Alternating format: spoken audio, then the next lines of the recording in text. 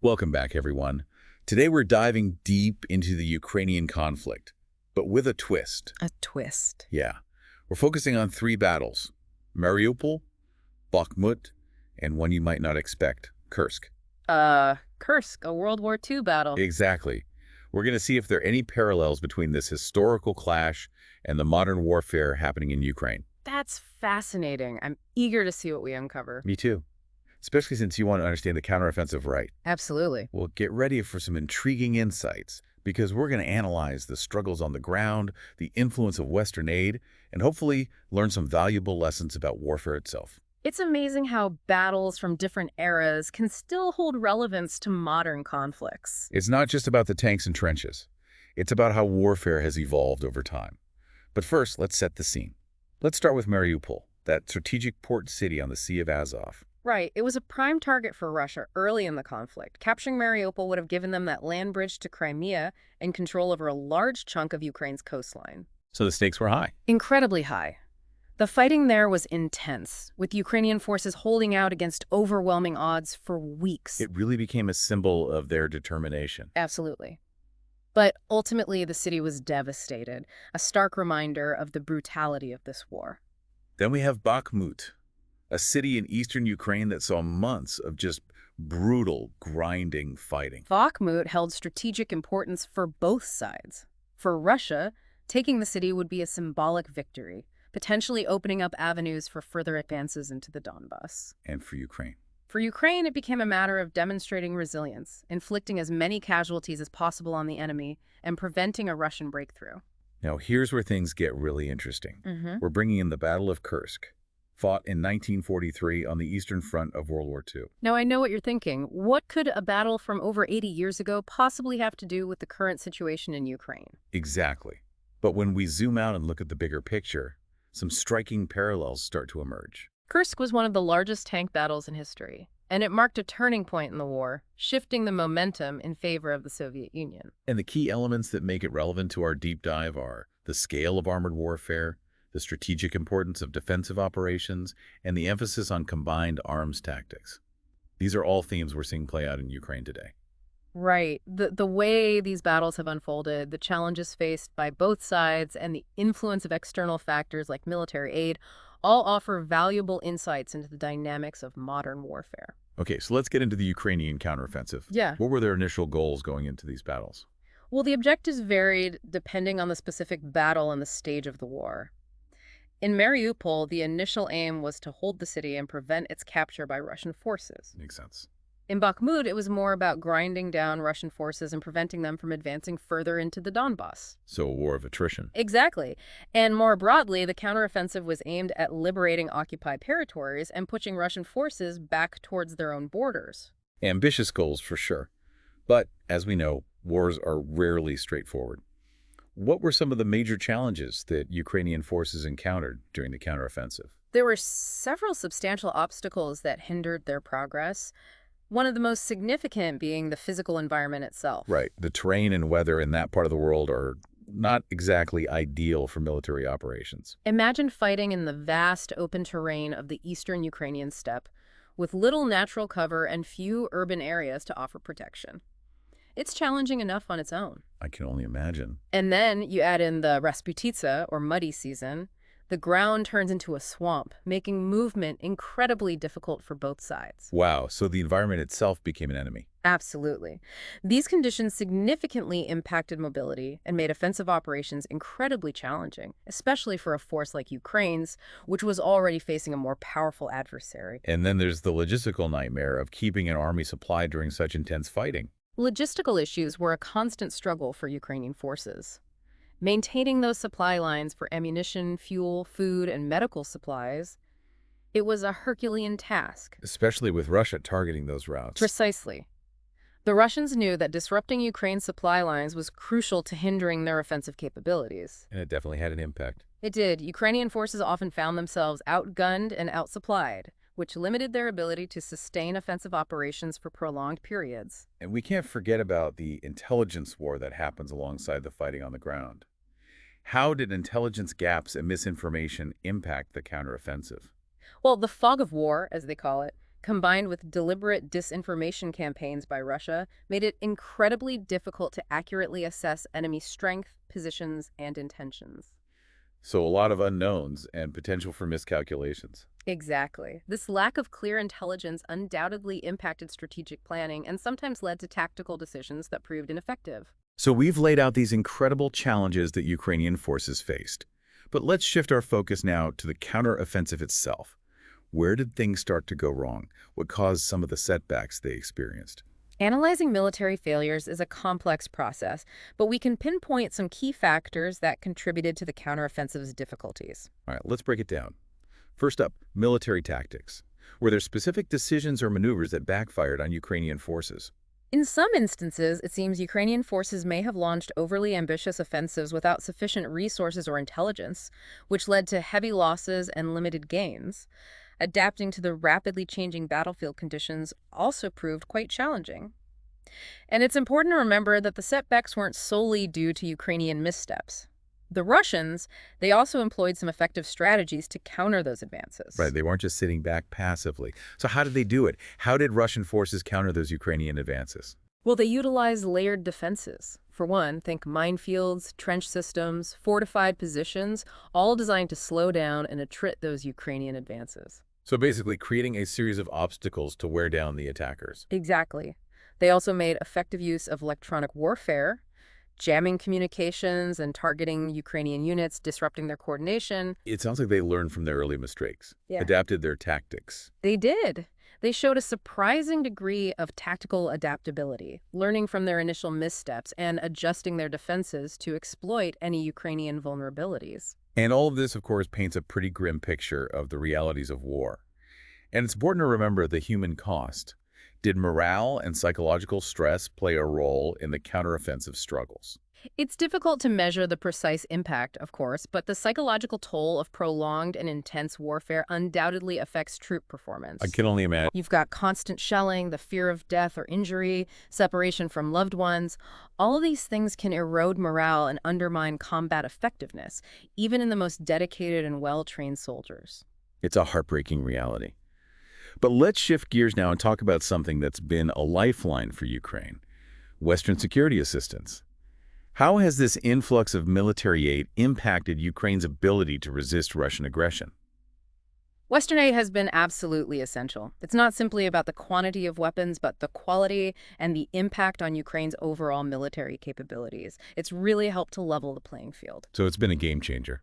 Absolutely. One of the most significant impacts has been the increased flexibility and adaptability of the Ukrainian armed forces.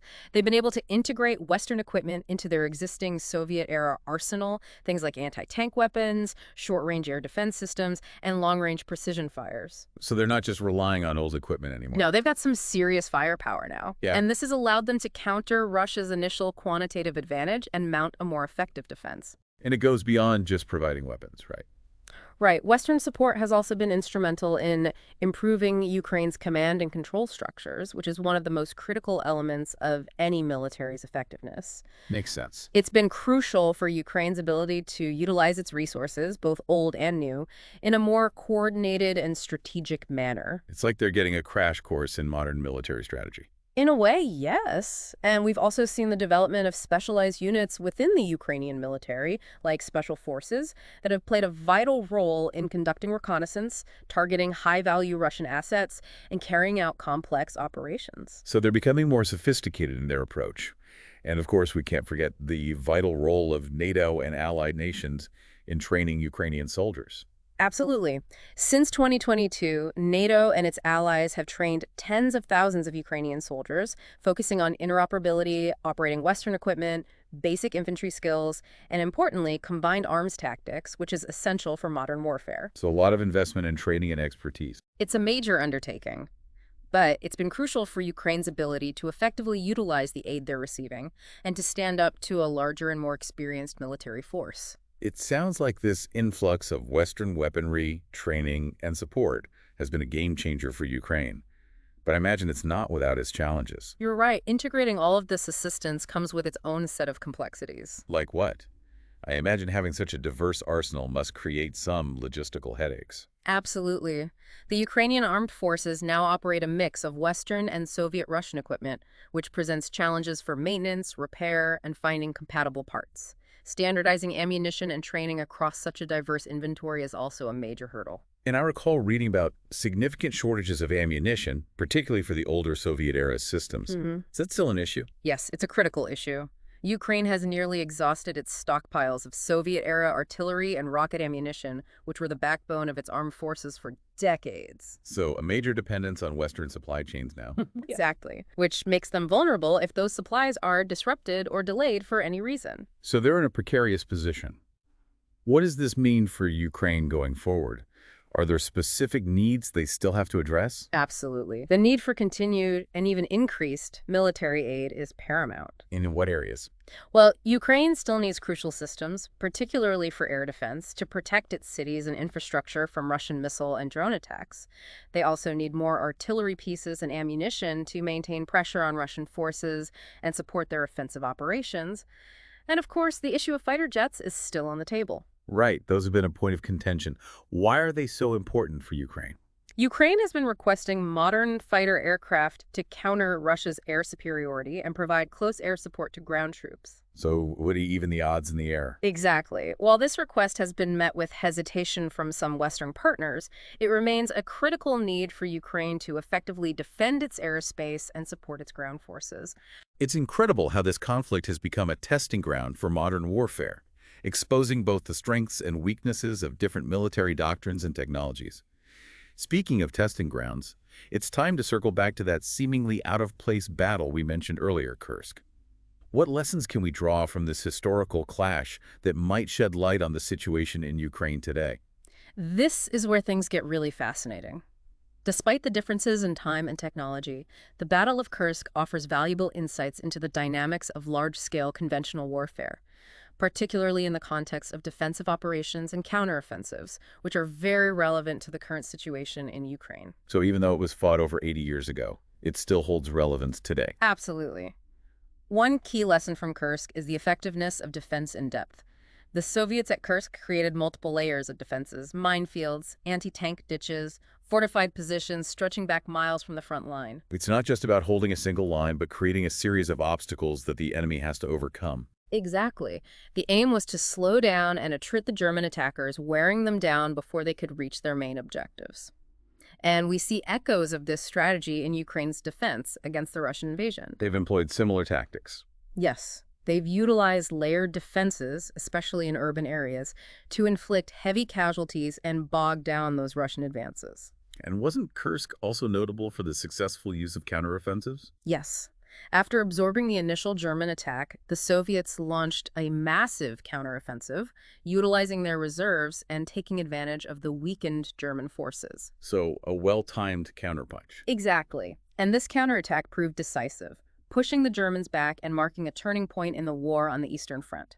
It's not just about digging in and playing defense. It's knowing when to strike back and exploit those weaknesses. Precisely. And while the situation in Ukraine today is different in many ways, the principles of defense in depth and well-timed counteroffensives are as relevant as ever. And we've seen how Ukraine has used those counterattacks effectively to liberate territory and inflict losses. Absolutely. It just goes to show how studying these historical battles, even ones that seem distant, can inform our understanding of modern warfare. It highlights that history, even seemingly distant events, can offer valuable insights for understanding contemporary conflicts. It's like they provide a blueprint, even if the technology and the context have changed.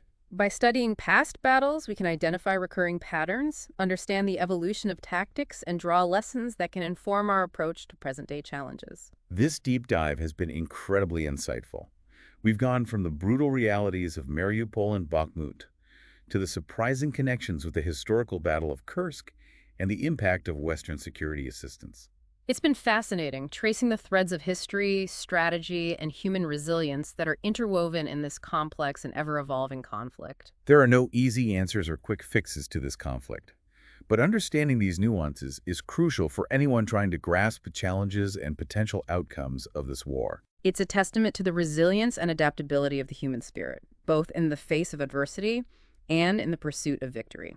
As we wrap up this deep dive, I think it's important to leave our listener with a final thought-provoking question. Uh, How will the ongoing Western aid, the lessons learned from past battles like Kursk, and the evolving dynamics of modern warfare shape the future of the Ukrainian conflict? That's the million-dollar question.